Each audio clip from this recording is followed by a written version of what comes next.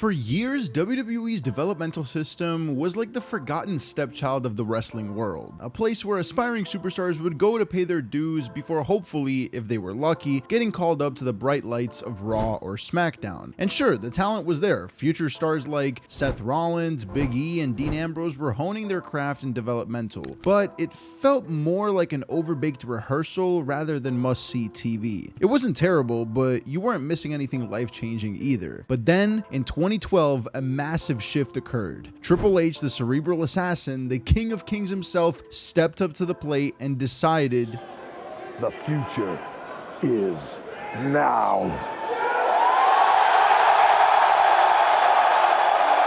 The game was ready to play, and he was playing for keeps. No more rehearsals, no more second-rate shows. He wanted to mold NXT into something more than just a developmental program. He wanted to create a brand that could stand on its own 2 feet and rival the main roster. A brand that would make the whole wrestling world sit up and take notice. A brand that started off as a small passion project and went on to become the hottest thing in pro wrestling. So, my name's Gresh from Wrestleology, and today we're about to take a wild ride through the history of NXT under Triple H, from its humble beginnings to its rise as a legit third brand, and how it changed the future of WWE forever. This is How Good Was NXT Black and Gold?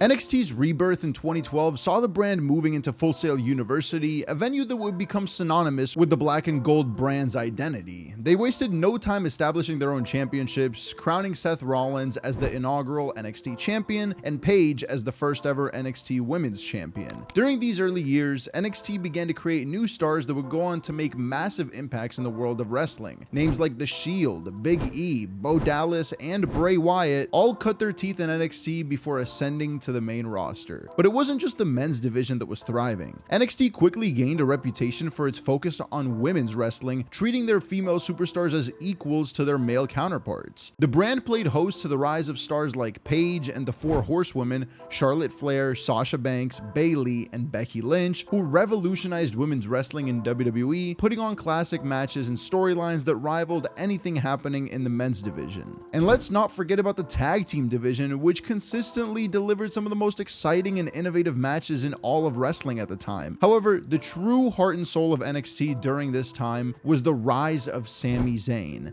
As NXT's first true underdog babyface, Zayn captured the hearts of fans with his incredible in-ring skills and relatable persona. His rivalries with Cesaro and Kevin Owens were acclaimed by fans and critics alike and helped establish NXT as a brand to watch. And speaking of Kevin Owens, another thing that made NXT stand out during this period was its willingness to sign top indie wrestling talents. Names like Owens, Austin Aries, and Hideo Itami all made their way to NXT during this time, bringing with them a wealth of experience and a loyal fan base. The roster was full of unique, larger-than-life characters, each with their own distinct personalities and in-ring styles. You never know who would show up in the crowd during an NXT takeover. You had guys like Finn Balor, the enigmatic Irish superstar with his iconic demon persona. Then there was Shinsuke Nakamura, the charismatic king of strong style, who quickly became one of the most popular superstars in all of NXT. I still remember that match with Sami Zayn till this day. And of course, who could forget about names like Asuka and Samoa Joe, 2 industry vets who brought a new level of intensity and star power to the brand, ready to, well, take over. And speaking of takeovers, in 2014, NXT changed the game forever with the introduction of their takeover special events. These shows, which aired live on the WWE network, quickly became must-see for wrestling fans around the world. With rabid crowds, jaw-dropping matches, and unforgettable moments, these events, which typically took place the night right before a major WWE pay-per-view, became the gold standard for pro wrestling shows. NXT's first takeover event outside of Full Sail University, Takeover Brooklyn in 2015, was a massive turning point for the brand. Co-main evented by the NXT women's title match between Sasha Banks and Bayley that would go down as one of the greatest in NXT history. Brooklyn proved that NXT was more than just a developmental brand. It was the future, and the future was now. The signings of international stars like Bobby Roode and Shinsuke Nakamura only added to NXT's growing reputation as the hottest brand in wrestling. These talents, along with the likes of Finn Balor and Kevin Owens, helped NXT expand its reach far beyond beyond the confines of Full Sail University. And of course, no discussion of NXT Black and Gold would be complete without mentioning some of the brand's most iconic rivalries. Early on, it was Sami Zayn's feud with Cesaro and later Kevin Owens that really put NXT on the map. These matches were unlike anything happening on the main roster at the time, showcasing a level of in-ring storytelling that had been sorely missing from WWE programming at the time. In the tag team division, it was the rivalry between DIY, Johnny Gargano and Tommaso Ciampa, and The Revival that set a new standard for what tag team wrestling could be. Their matches were the perfect blend of technical wrestling, high-flying action, and emotional storytelling, culminating in a series of instant classics. And while we're on the subject of DIY, perhaps the defining rivalry of NXT's entire Black and Gold era was the one between Johnny Gargano and Tommaso Ciampa. What began as a heartwarming tale of friendship and tag team success quickly devolved into a bitter blood feud that would span multiple years. Gargano and Ciampa's matches were the talk of the entire wrestling community, brutal affairs that pushed both men to their absolute limits, adding new layers to their characters and solidifying Gargano as the heart of NXT. Other notable rivalries include Aleister Black's feud against Velveteen Dream, Adam Cole's shocking betrayal of Kyle O'Reilly in the Undisputed Era, and Asuka's dominant undefeated streak, including her clashes with the likes of Ember Moon and Bayley at TakeOver Dallas.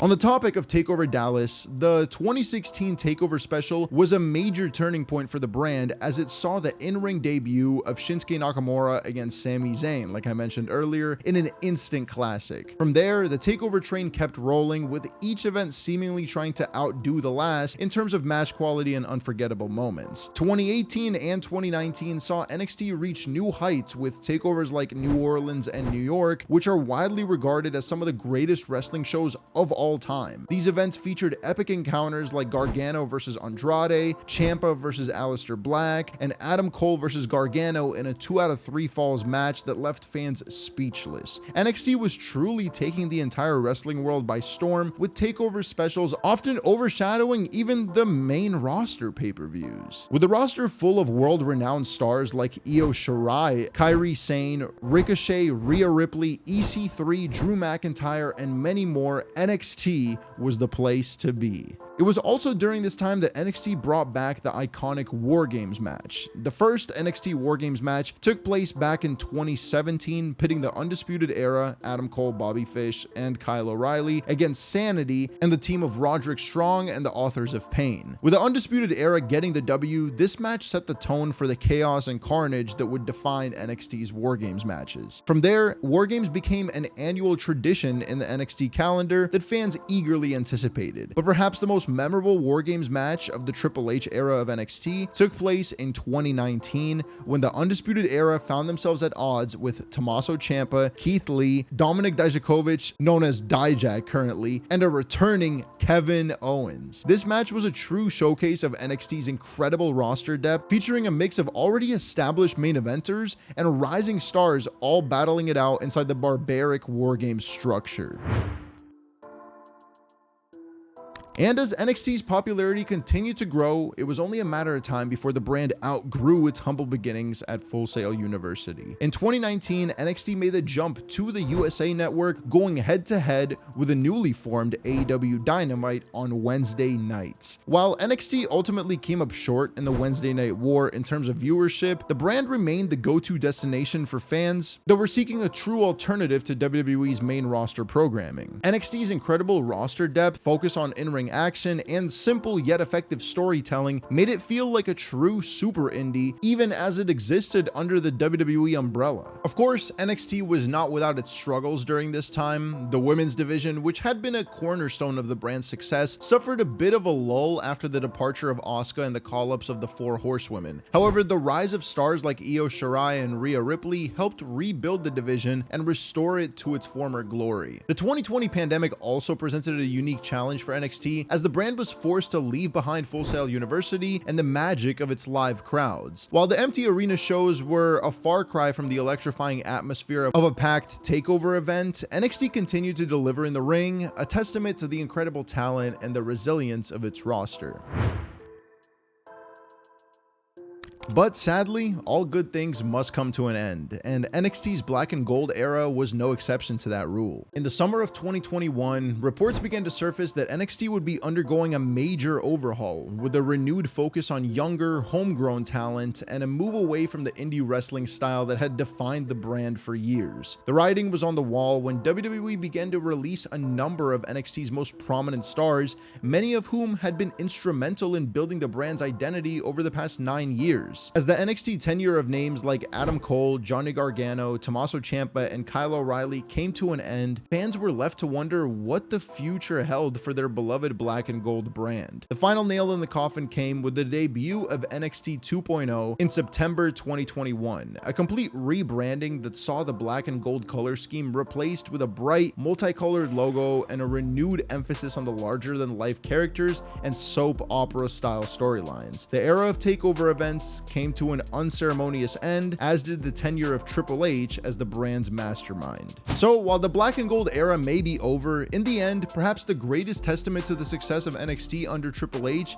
is the fact that it was never supposed to get as big as it did. What started as a small developmental brand with a niche audience grew into a global phenomenon, a true third brand within the WWE universe that often outshined its main roster counterparts. From the early days of Sami Zayn and Cesaro to the epic rivalries of Gargano and Ciampa and the unforgettable takeover specials, NXT gave us everything we could have ever wanted as wrestling fans. It was a brand that celebrated the past while building for the future. For 9 years, through its commitment to authentic storytelling, incredible in-ring action, and giving a platform to new stars, NXT was the shining light in an often dark wrestling landscape, a brand that celebrated the art of pro wrestling and gave fans a product they could truly be proud of. So here's to you, NXT Black and Gold. Thank you for the memories, the moments, and the matches. Thank you for giving us a reason to believe in wrestling again, and most importantly, thank you for being unapologetically yourself. But before we go, I do want to quickly add that I've actually been paying attention to the current NXT for a little bit under a year now, and I must say it is getting way better than what NXT 2.0 was when it first debuted back in September of 2021. Some of the storylines and the uses of characters like Ilya Dragunov, Baron Corbin, Braun Breaker, and Carmelo Hayes during the time I've been watching have been absolutely incredible to witness, so I'm not throwing any shade at the current NXT product. I actually still watch it to this day because of people like Trick Williams and Dijak, so